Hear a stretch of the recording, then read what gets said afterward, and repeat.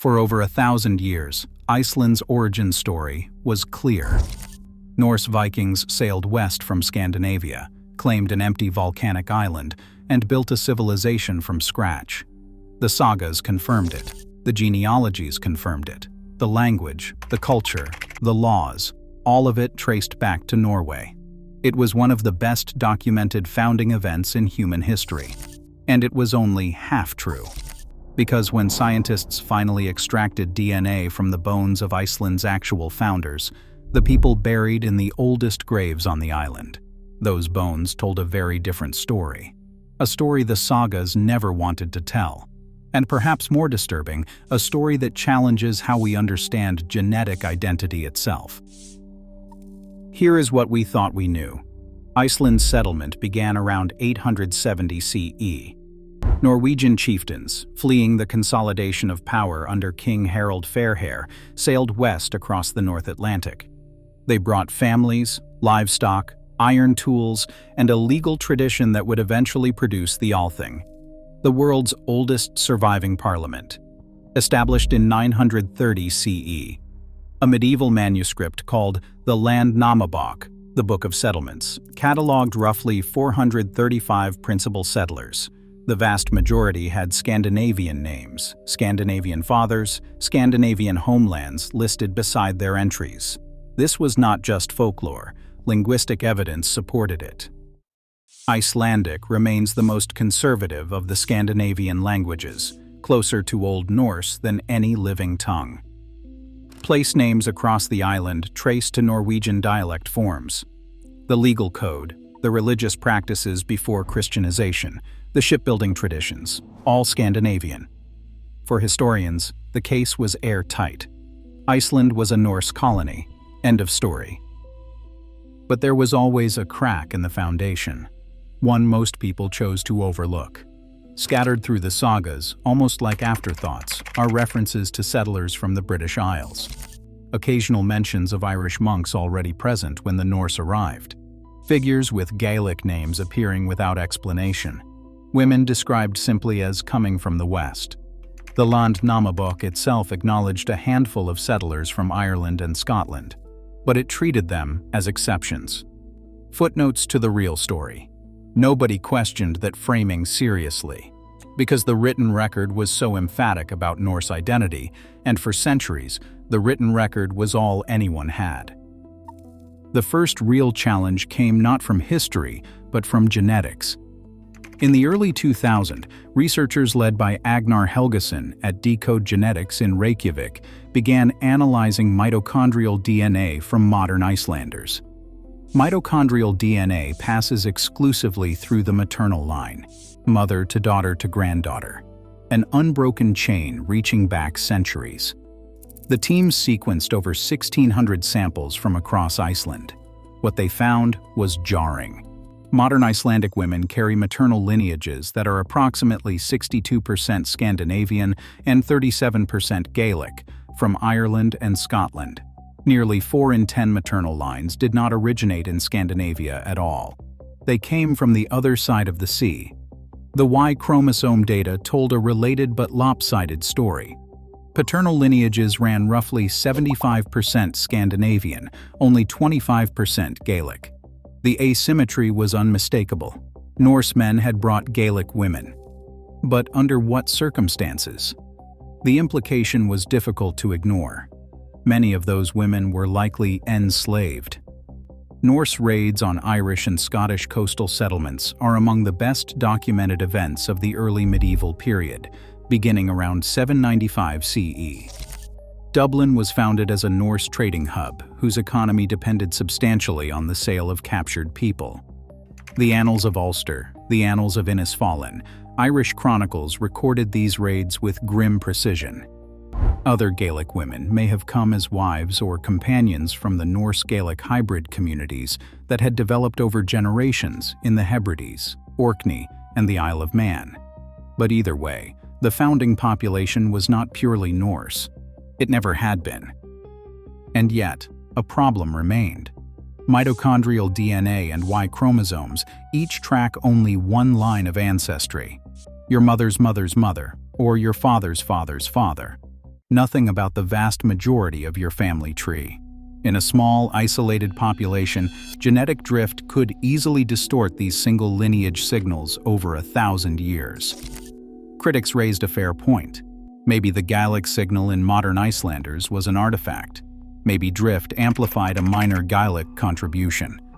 Maybe the original founders really were overwhelmingly Norse, and randomness inflated a footnote into what looked like a chapter. To settle the question, you needed something far more difficult to obtain. You needed DNA from the founders themselves. That is exactly what arrived in 2018. Before we see what it revealed, if you are finding this discovery as fascinating as we are, subscribe so you do not miss future stories like this one. A team led by S. Suna Ebenezersdottir, working alongside Agnar Helgason and the renowned geneticist Kari Stephenson at deCODE Genetics, accomplished something unprecedented. They extracted and sequenced whole genomes from 27 ancient Icelanders. Not fragments, not single lineages, complete genetic blueprints. The remains came from pre-Christian and early Christian era burial sites scattered across the island. Radiocarbon dates placed them between approximately 870 and 1000 CE. These were among the earliest settlers, people who lived and died during the founding generation and its immediate successors. Picture the laboratory in Reykjavik. Bone fragments, some barely the size of a coin, cleaned and drilled under sterile conditions. Molecular biologists coaxing degraded strands of ancient DNA from material over a millennium old. Each recovered genome cross-referenced against thousands of modern Scandinavian and British-Irish samples. Point by point, individual by individual, the genetic picture assembled itself. Some ancient Icelanders clustered cleanly with Scandinavian reference populations. Others clustered with British-Irish groups, and some sat squarely in between. Add mixed individuals, people whose parents or grandparents had come from both sides. When the full pattern locked into view, it overturned a millennium of storytelling. The founding population of Iceland was not 75% Norse, it was not 80% Norse, it was roughly 50-50. Approximately half Norse, half Gaelic. The Gaelic contribution to the founding gene pool was dramatically larger than anyone had predicted, even larger than what modern Icelanders carry today. That last detail is the one that stops you cold. Think carefully about what it means. The founders were about half Gaelic. Modern Icelanders are only about a third Gaelic on the maternal side and a quarter on the paternal side. Over 1,100 years, the Gaelic signal did not grow. It shrank. Here is the first proof beat, and it is measurable.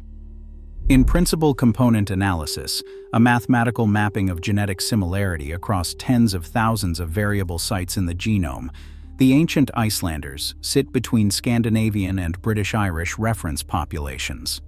Modern Icelanders do not. They have drifted toward the Scandinavian cluster. The shift is visible. It is quantifiable. It happened in just over 1,000 years. Here is what it rules out.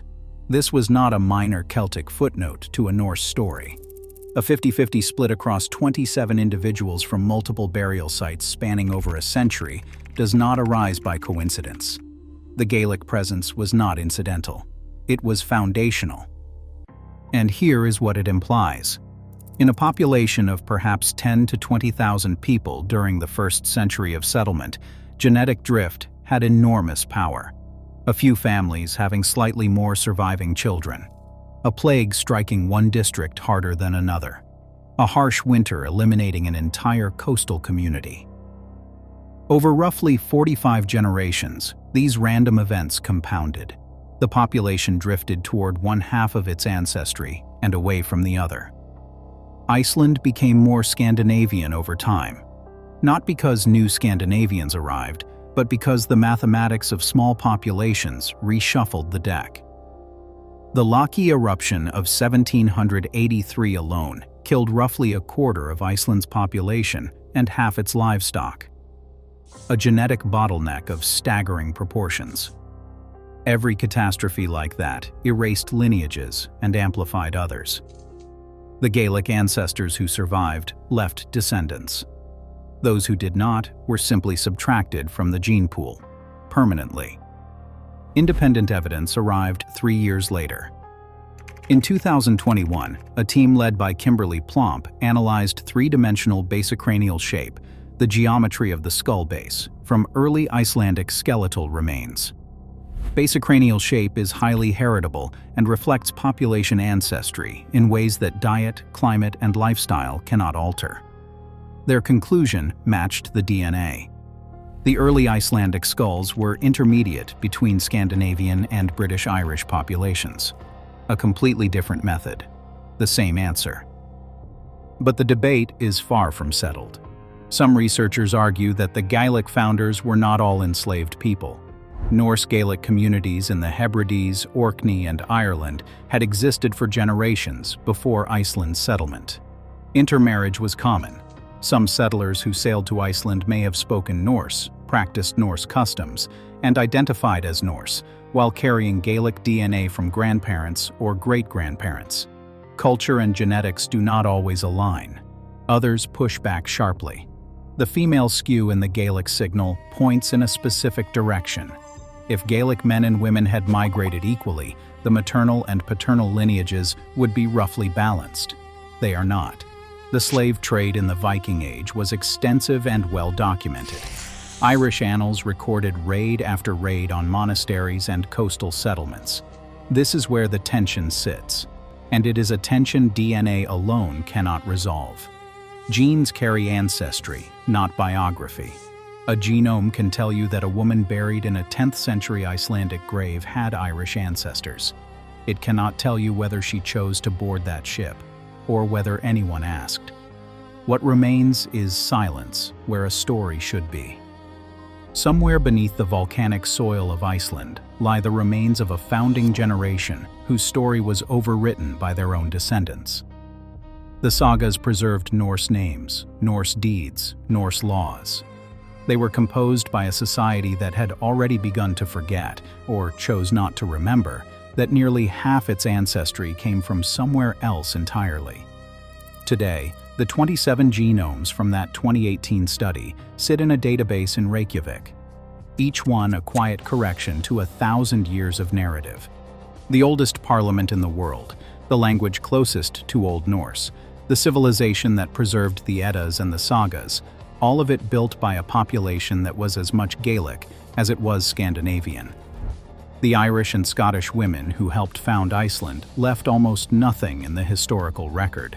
No sagas bear their names, no laws credit their presence, but they left everything in the DNA.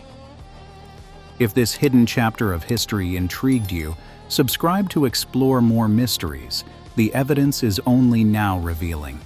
If nearly half of Iceland's founders were Gaelic, and the sagas barely mention them, what other founding stories around the world are waiting for ancient DNA to finally set the record straight?